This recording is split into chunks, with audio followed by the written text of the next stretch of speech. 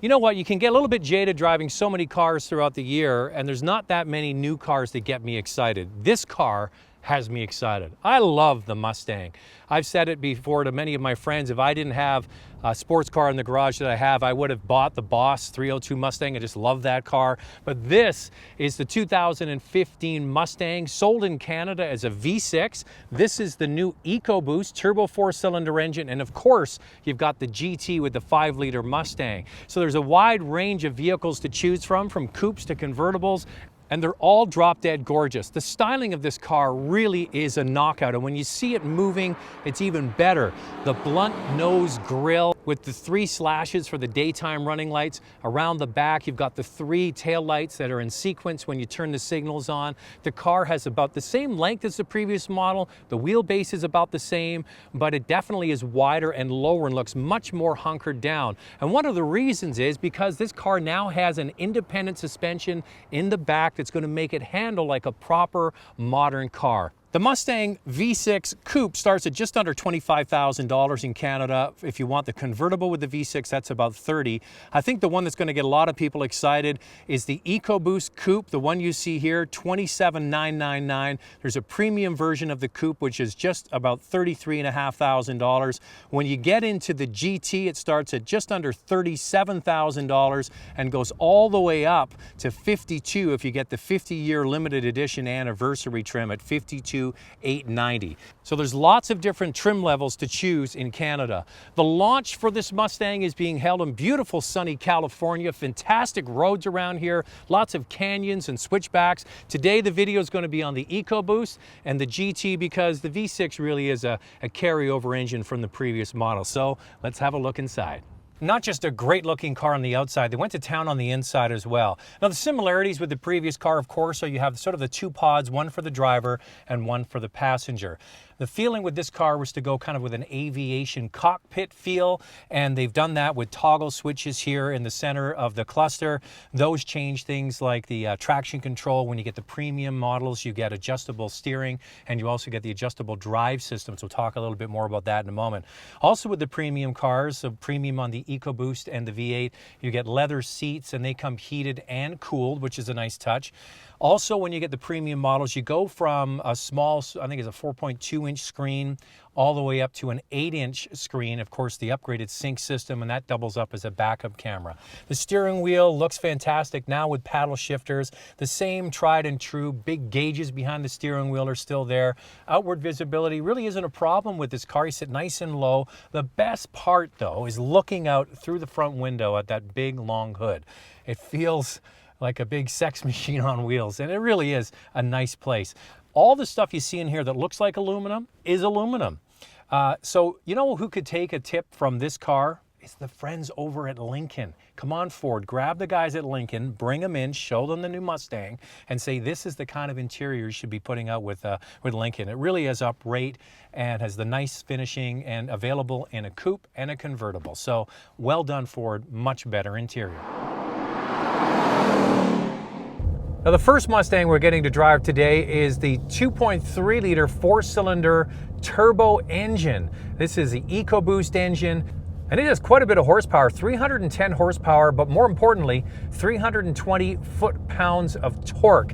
So it's turbocharged, it's direct injection, it's the latest technology, and this, I think, is going to be the one that most people are going to buy. You've got at the bottom end in the Canadian market, the V6 engine, which is the price leader. At the top end, you've got the beautiful 5-liter V8, but you know what? The reality is, for a lot of people, that 5-liter isn't going to be the car they're going to want to drive every day because it's going to be heavy on fuel, and it might be just a little bit overkill. Now the drive route they've had us do here in California has been through the mountains, all the switchbacks, wonderful roads just outside of LA, and with the new suspension, gone is the solid rear axle. Now with a proper independent rear suspension, they modified the front suspension as well. The car is stiffer than the previous car, and it's so much more forgiving than any Mustang I can ever remember driving.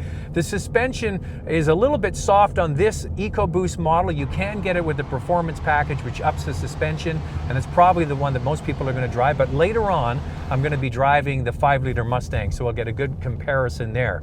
This engine has so much mid-range torque. When you're driving through the mountains, you can leave it in 3rd or 4th gear, and it pulls from low revs all the way to high revs and really does a wonderful job. Power, of course, goes to the rear wheels. This is a Mustang through either a 6-speed manual transmission or a 6-speed automatic, which now has paddle shifters on the steering wheels, which makes a really big difference. In addition to that, the premium trim levels come with a selectable drive system. You can change the mapping of the engine and also the transmission with an automatic transmission. In addition to that, there's even a toggle here that adjusts the weight of the steering.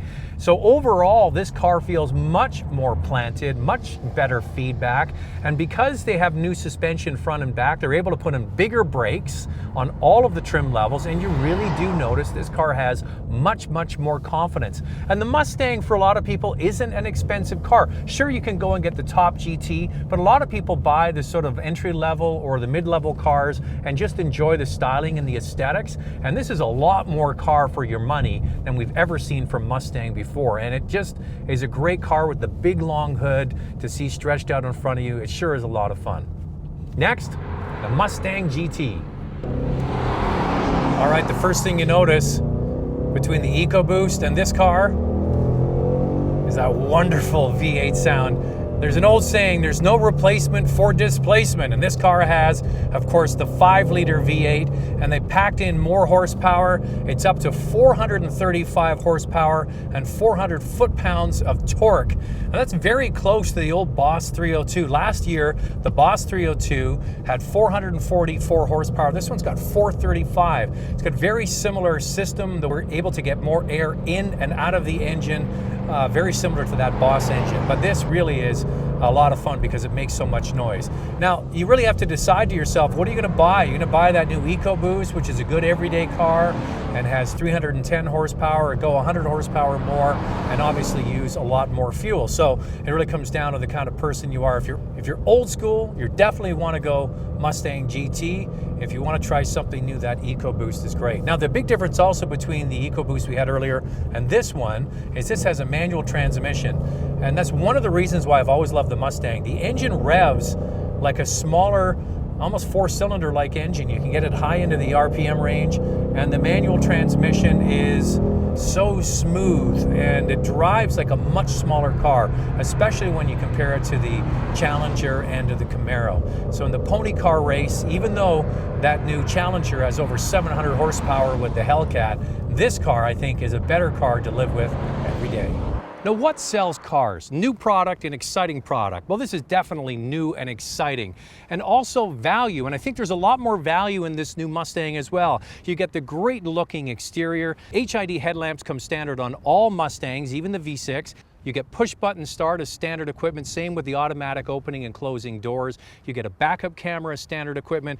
All the premium trim levels come with the big 8-inch screen with the backup camera, and they also come with the selectable drive systems changing the parameters of the car. So there's a lot going on in this car. The styling, first and foremost, is what's going to get the attention of people who are shopping. When they look at it, they're going to realize there's a whole lot more going on here. Suspension upgrades definitely needed to be done, and they're fantastic. And I think I'd be hard-pressed to choose between the everyday drivability of the EcoBoost and the balls-to-the-walls V8.